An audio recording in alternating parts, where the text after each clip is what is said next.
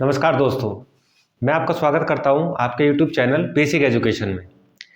तो दोस्तों, आज का जो क्लास है एक शॉर्ट वीडियो है, छोटी सी वीडियो होगी और इस वीडियो में कुछ ऐसे पॉइंट्स मैं आपको बताऊंगा जो अक्सर एग्जाम में पूछे जाते हैं और इन पॉइंट्स को लेकर बच्चे हर बार कंफ्यूज रहते हैं। और पॉइंट्स क्या होंगे? तो पॉइंट्स ये होंगे कि हम जानेंगे भारत की स्थिति और विस्तार, यानी पूरी पृथ्वी पर भारत किस गोलार्ध में पड़ता है और कितने डिग्री से कितने डिग्री के बीच में भारत की स्थिति है, चाहे वो उत्तर से दक्षिण हो, चाहे वो पश्चिम से पूर्व की ओर हो। तो बात करें आपकी भारत की पश्चिम दिशा से, यानी यहाँ से, तो ये वाली जो लाइन है, तो भारत पश्चिम में कितने डिग्री पर हमें पृथ्वी में देखने को मिलता है? तो भारत पश्चिम में मिलता है हमें 67.6 डिग्री पर। याद रखिएगा, भारत 67.6 डिग्री पश्चिम से लेकर 67.6 डिग्री पश्चिम से लेकर 97 यहां पर 97.25 डिग्री 97.25 डिग्री पूर्व 97.25 डिग्री पूर्व हमें देखने को मिलता है।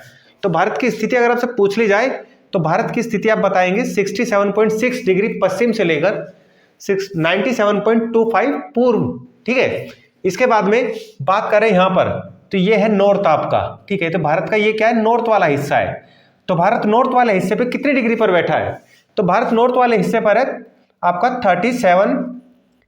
37.6 डिग्री पर। याद रखिएगा, 37 डिग्री और 6 मिनट नॉर्थ पर, यानी उत्तर पर। तो भारत 37.6 डिग्री नॉर्थ से स्टार्ट होता है और कहां खत्म होती है भारत की दक्षिणी सीमा?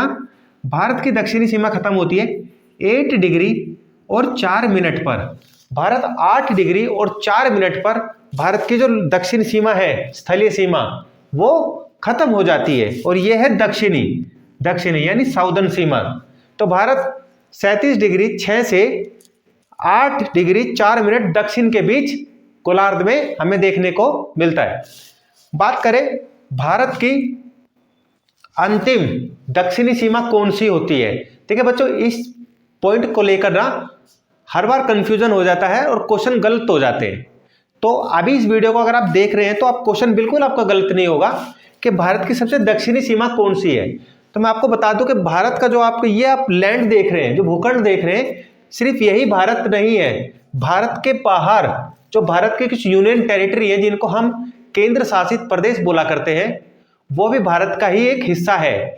तो ऐसा ही एक हिस्सा यहां पर हमें अंडमान और निकोबार के रूप में मिलता है। ठीक है, तो यहां पर जो लास्ट में ग्रेट निकोबार है, याद रखिएगा, अंडमान निकोबार का अंतिम हिस्सा ग्रेट निकोबार है। और ग्रेट निकोबार के ऊपर एक पॉइंट है जिसका नाम है इंदिरा पॉइंट। क्या नाम है मेरे बच्चों? इंदिरा पॉइंट। तो जो इंदिरा पॉइंट है ये आपका 6 degree and 4 minute, Indira point आपका 6 डिग्री एंड 4 मिनट पर मिलता है। तो भारत की सबसे अंतिम सीमा कितनी डिग्री पर अगर ये पूछ लिया जाए तो भारत की सबसे अंतिम सीमा है 6 डिग्री 4 मिनट पर। यह भारत का सबसे अंतिम बिंदु कितने डिग्री पर पड़ता है? तो 6 डिग्री 4 मिनट पर हमें देखने को मिलता है।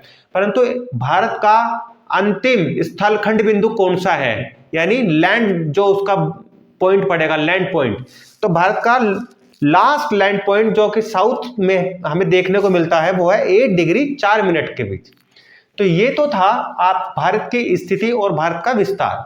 अब क्वेश्चन आता है कि भारत पृथ्वी के जो ग्लोब है हमारा, उसके किस हिस्से में हमें देखने को मिलता है? तो देखिए, ये हमारी अर्थ है और अर्थ को एक लाइन तो बिल्कुल बीचों बीच से डिवाइड करती है। जैसे नीचे वाले हिस्से को बोलते हैं दक्षिणी गोलार्ध और ऊपर वाले को हिस्से को क्या बोलते हैं? उत्तरी गोलार्ध, यानी सदर्न हेमिस्फीयर और नदर्न हेमिस्फीयर। तो ये वाली जो लाइन है ये 0 डिग्री पर है मेरे बच्चों और इसको बोलते हैं इक्वेटर। क्या बोलते हैं इसको? इक्वेटर बोलते हैं। एक लाइन यहां से अर्थ को 2 हिस्सों में डिवाइड करती है। ठीक है, ये भी 0 डिग्री पर है और इस लाइन को बोलते हैं प्राइम मेरिडियन। क्या बोलते हैं मेरे बच्चों इसको? Prime meridian. तो प्राइम मेरिडियन से आपका ईस्ट की ओर और आपका इक्वेटर से नॉर्थ की ओर यहां पर एक लाइन और गई है जो इक्वेटर के बिल्कुल पैरेलल जाती है, इसका नाम है ट्रॉपिक ऑफ कैंसर। ठीक है, इसका नाम क्या है? Tropic of Cancer. तो ट्रॉपिक ऑफ कैंसर के ऊपर यहां पर एक कंट्री हमें देखने को मिलती है जिसको बोलते हैं हम मेरा भारत महान, यानी इंडिया। तो इंडिया जो है आपके विषुवत रेखा से ऊपर की ओर यानी नदर्न हेमिस्फीयर में, और प्राइम मेरिडियन से ईस्ट की ओर। तो भारत की स्थिति क्या बनेगी मेरे बच्चों?